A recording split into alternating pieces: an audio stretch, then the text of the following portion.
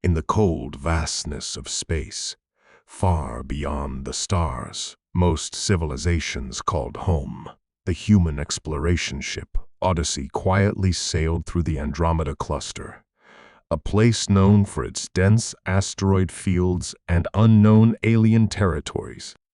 Captain Mara Jensen, calm and thoughtful, watched the star map flicker softly on the console, her crew going about their duties with a quiet efficiency that only humans seemed to master.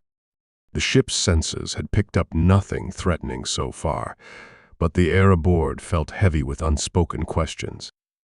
What secrets did this distant part of the galaxy hold? What civilizations might they meet, and how would those beings react to humans? Mara knew that many races in this region were proud, suspicious, and quick to judge newcomers, especially ones who arrived without shouting their presence. Still, the Odyssey's mission was clear: observe, learn, and if possible, make peaceful contact.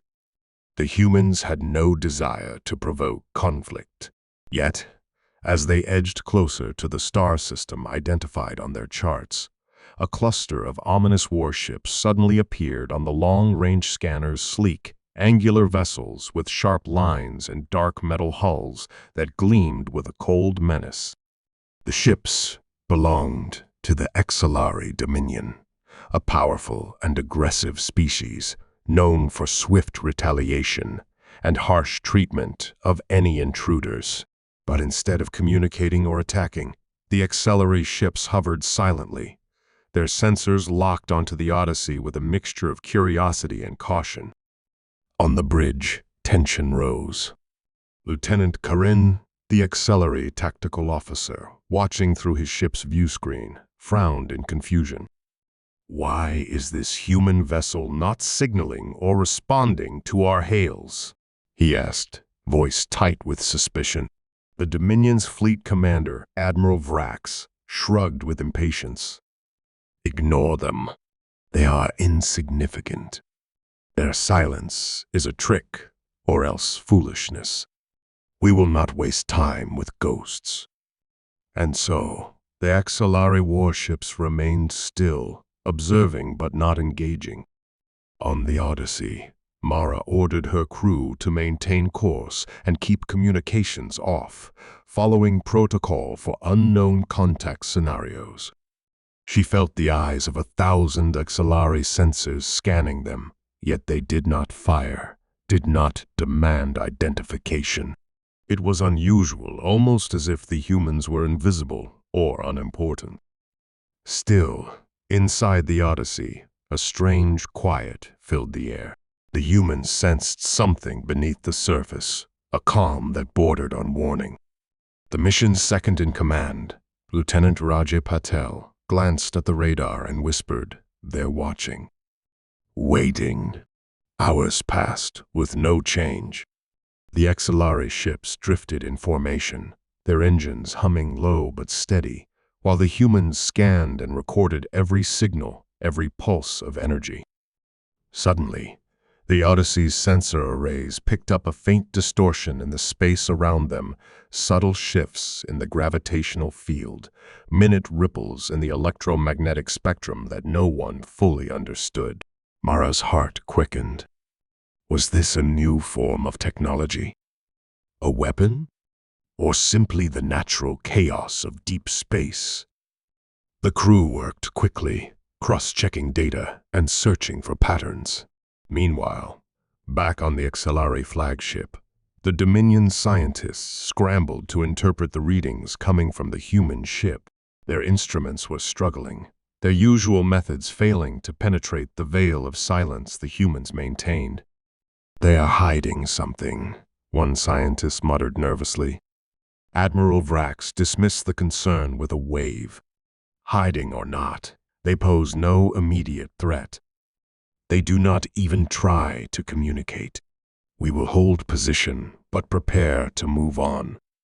Then, without warning, the Odyssey shifted its trajectory slightly, moving closer to the Exalari fleet, still without a word.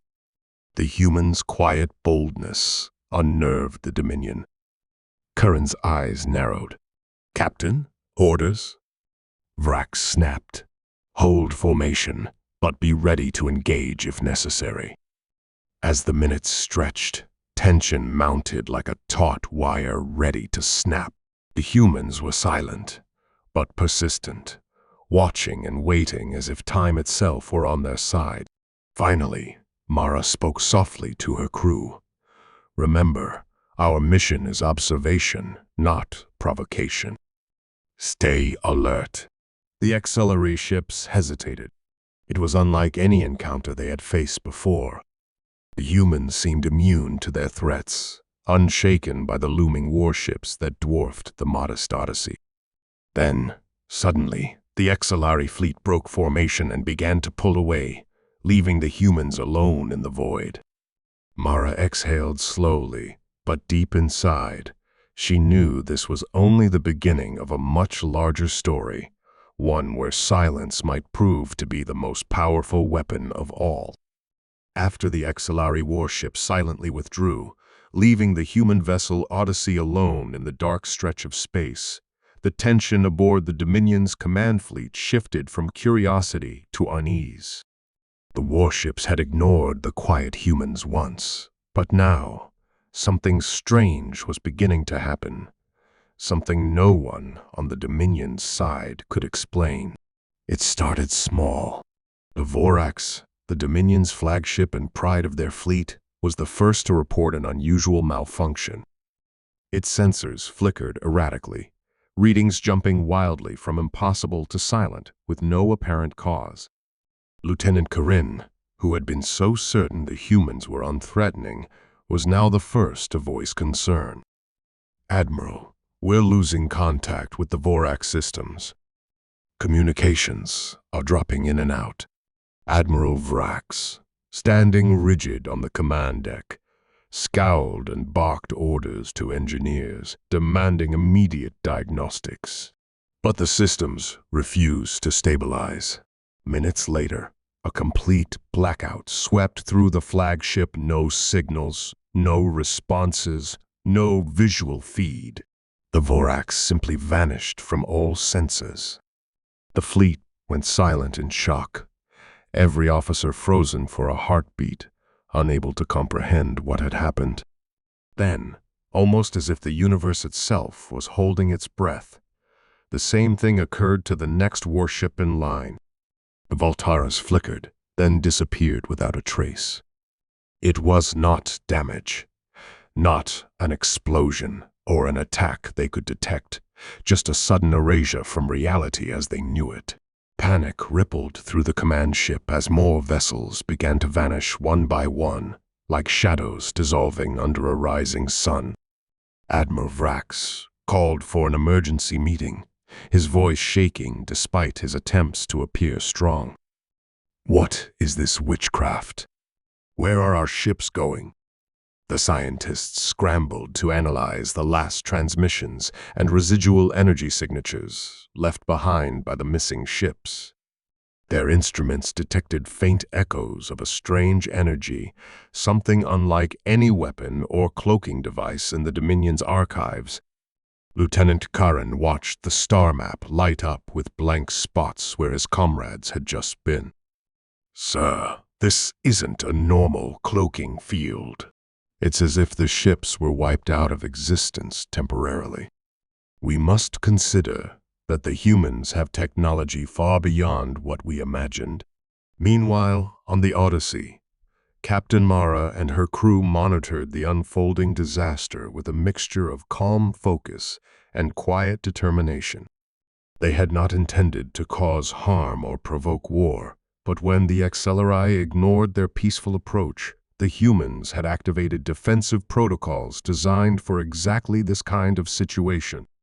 The technology was based on manipulating space-time itself, creating temporary rifts that could hide or relocate objects beyond conventional detection. It was a weapon of silence and invisibility, not destruction, an invisible shield and a disappearing act combined. The crew worked in sync, running simulations and controlling the energy fields with precision. Mara understood that the Accelerary's arrogance and disregard had triggered a response they could no longer ignore. Back in the Dominion fleet, desperation grew. Communication lines were clogged with frantic messages, distress signals, and orders that went unanswered. Commanders shouted over one another, each demanding explanations or solutions, but none came. The human ship had not fired a shot, yet the Dominion's greatest warships were falling like dominoes. Without their fleet's strength, the Dominion was vulnerable in a way they never wanted to be. Lieutenant Corinne, Admiral, we should have engaged the humans the moment they crossed our borders. Now we face an enemy who can vanish and strike without warning. Vrax snarled in frustration, but knew deep down Corinne's words were true. The fleet began to retreat, trying to regroup and reassess their strategies. As the last warship turned to flee, the Odyssey moved forward, silent as a shadow, watching and waiting. The Accelari realized too late that the quiet humans had never been simple explorers, but masters of a new form of warfare, one where silence was power, invisibility was a weapon, and patience was a strategy. The disappearance of the warships was only the first chapter in a story. The galaxy would soon remember a story about what happens when the proud ignore the quiet and the invisible strike back in ways no one could foresee. The Odyssey's crew prepared for what might come next, knowing that peace was fragile and that their own strength came from restraint and precision. Somewhere deep inside the void, a silent message was sent out, not in words, but in actions. The quiet human was no longer to be ignored. The mystery of the vanished Accelari warships left the Dominion fleet in chaos. But it was only the beginning of a deeper revelation that no one on either side could ignore. Inside the Odyssey, Captain Mara Jensen and her crew quietly studied the strange technology that had caused the disappearances. A technology they called the silent weapon, not because it destroyed with noise or explosions, but because it erased all traces of its targets, folding them into a hidden layer of space-time where no enemy could follow. The human scientists explained to Mara that this weapon was the product of decades of secret research, blending quantum mechanics with new physics that allowed them to create short-term bubbles of invisibility and displacement. These bubbles could shield the Odyssey itself or other objects from detection and even physical harm, essentially making them vanish from reality as understood by their enemies. But the weapon was not only defensive, it allowed subtle, strategic strikes and retreats without the traditional noise of battle. The humans believed in winning with precision and minimal force, preferring to confuse and disable opponents rather than destroy them outright. Meanwhile, the Accelari Dominion scrambled to respond. They captured one of their lost scout drones that had drifted near the edge of their controlled space, damaged but still broadcasting faint signals. When their engineers and scientists examined the drone, they found strange distortions in its systems, signs that the human technology had somehow rewritten the drone's existence, altering its position in space and time, making its return a puzzle no one could easily solve. Lieutenant Karen led a team tasked with decrypting the data, and as they worked, a chilling realization dawned. The humans weren't just hiding or cloaking their ships. They were bending reality to their will, creating safe pockets in the chaos of space where they could move unseen and strike. Without warning, the Dominion's attempts to recreate or counter this technology failed because it did not rely on brute force or standard electronic warfare. Instead, it played with the very fabric of space itself, a science the Accelari barely understood. On the Odyssey, Mara gathered her senior officers in the command room, discussing the next moves carefully. "We don't want war." Her second in command, Lieutenant Raj Patel, pointed out that the silent weapon was more than just a tool. It was a statement. "They thought we were weak because we were quiet and peaceful," he said. "But our strength is in our silence and control." Meanwhile, back on the Dominion flagship, the mood was dark. Admiral Vrax refused to admit defeat, but ordered all ships to increase sensor ranges and try to detect any anomalies in space-time. Yet every scan returned empty or distorted readings. The Exalari grew desperate, resorting to more aggressive tactics, sending probe drones, deploying area scanners, even trying to jam invisible fields, but nothing could locate the humans. Slowly, fear settled among the Dominion ranks. Their prideful warships, built for strength and speed, were powerless against an enemy who never fought openly. Lieutenant Karen, once an eager soldier, now understood that the war was no longer a matter of weapons or numbers, but of understanding the enemy's mind and technology. The human's silent weapon forced the Exalari to rethink their approach.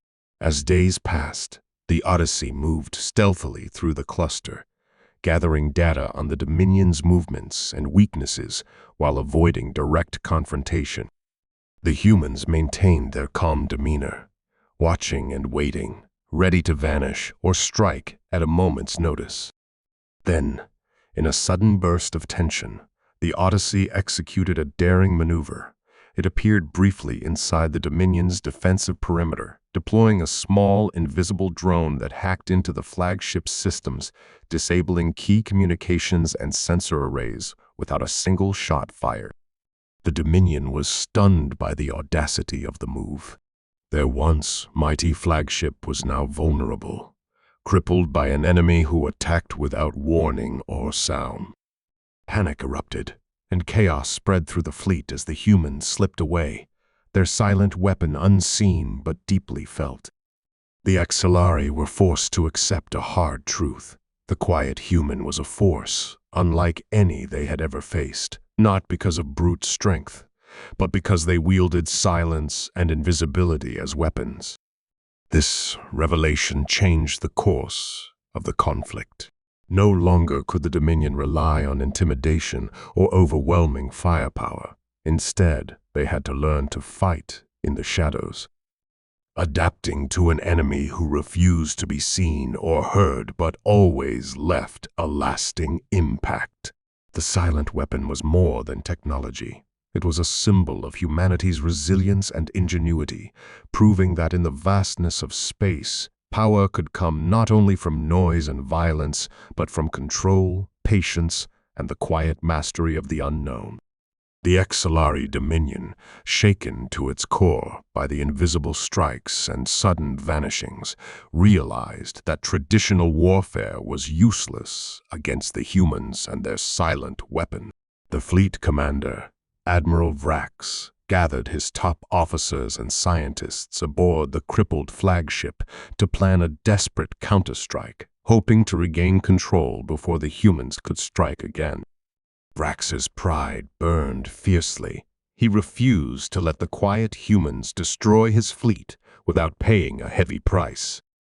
While the humans continued their slow, careful advance, the Exalari worked feverishly to develop new sensors and weapons designed to detect and disable the strange space-time distortions the humans created. They pushed their engineers to create pulse emitters intended to disrupt the cloaking bubbles, and they trained their crews to expect ambushes from the shadows. Despite these efforts, the humans remained elusive, always one step ahead.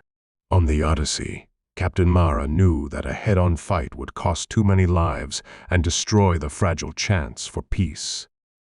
Instead, she ordered her crew to prepare for a precise surgical strike, one that would weaken the Dominion's command without unnecessary bloodshed. With their silent weapon ready, the humans planned an infiltration into the heart of the Dominion fleet, the flagship itself. As the Exalari fleet spread out, Confident they had adapted enough to detect the humans, the Odyssey slipped through the gaps in their sensors, using its invisibility fields to pass unnoticed. Mara's second-in-command, Lieutenant Raj, led a small team of specialists in stealth suits equipped with advanced hacking tools and silent propulsion packs. Their mission was clear: board the flagship, disable its core systems, and return without detection. The team moved like shadows through the vast void between ships, approaching the HFY flagship undetected. Once aboard, they navigated the labyrinthine corridors with precision, bypassing patrols and security systems through a combination of technology and skill. Inside the command center, Raj hacked into the control consoles, shutting down communications, sensor arrays, and weapon targeting systems one by one. The silence inside the flagship was deafening. No alarms, no shouting, only the quiet, deadly efficiency of the human team at work. As systems failed, confusion spread through the Dominion crew. Officers scrambled to react to the sudden blackouts and sensor losses, but no enemy ship was visible. It was as if the Odyssey had ghosted inside the heart of the fleet and left behind only shadows and broken machines. Meanwhile, on the Odyssey, Mara watched the operation unfold through encrypted feeds, her calm determination never wavering. The mission was risky, but the payoff would be great. With the flagship crippled, the Dominion fleet's coordination would falter, giving humans an edge without massive casualties. Just as the human team prepared to withdraw, an unexpected HFY security squad appeared in the hallway. A brief, silent confrontation ensued. No shots fired, only hand-to-hand combat and quick takedowns. The humans moved with disciplined speed, ensuring no alarms were raised. They retreated to the Odyssey just as the flagship systems began to flicker back to life, leaving behind a fleet in disarray. The HFY commanders were stunned and humiliated. Their greatest warship, once a symbol of dominance, had been infiltrated and sabotaged without a shot fired in defense.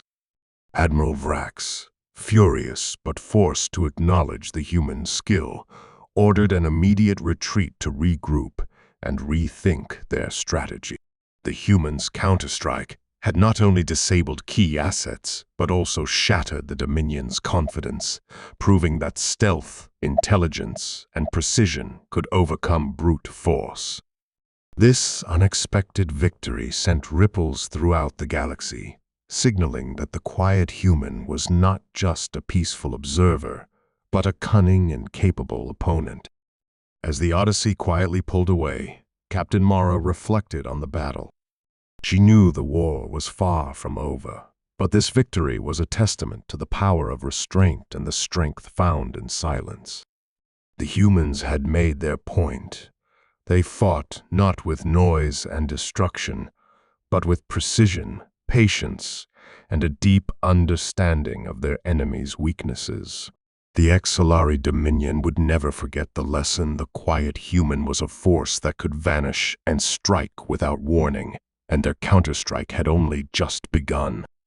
After the devastating counterstrike that left the HFY Dominion fleet fractured and confused, a new mood settled over the galaxy, one of cautious respect and uncertain peace.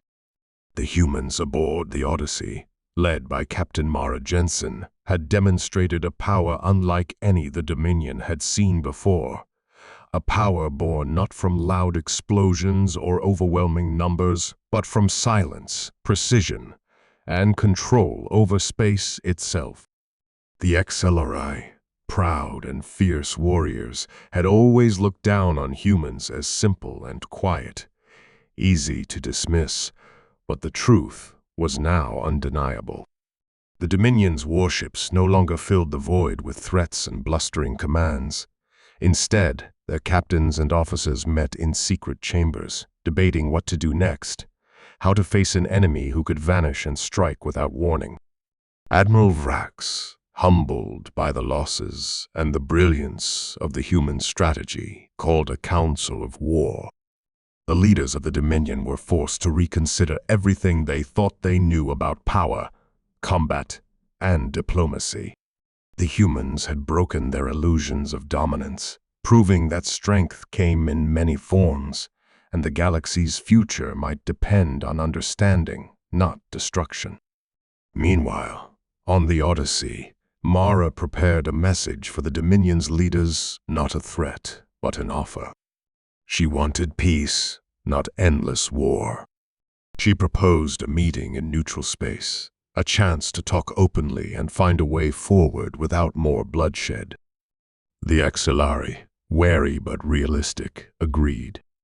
The galaxy held its breath as the two sides arranged to meet in the vast emptiness between their territories, aboard a station built for diplomacy and trust. When the humans and Exilari representatives finally faced each other, the tension was thick but tempered with curiosity and a hint of hope. The human crew presented their technology and philosophy, explaining that their silent weapon was meant to protect and prevent unnecessary violence, not to dominate. The Exilari shared their fears and frustrations, their need for security and respect in a universe full of dangers. Slowly, conversations turned from suspicion to understanding. The humans' quiet confidence and respect for life impressed the Exilari leaders, and the Exilari's fierce loyalty and honor found resonance with the humans.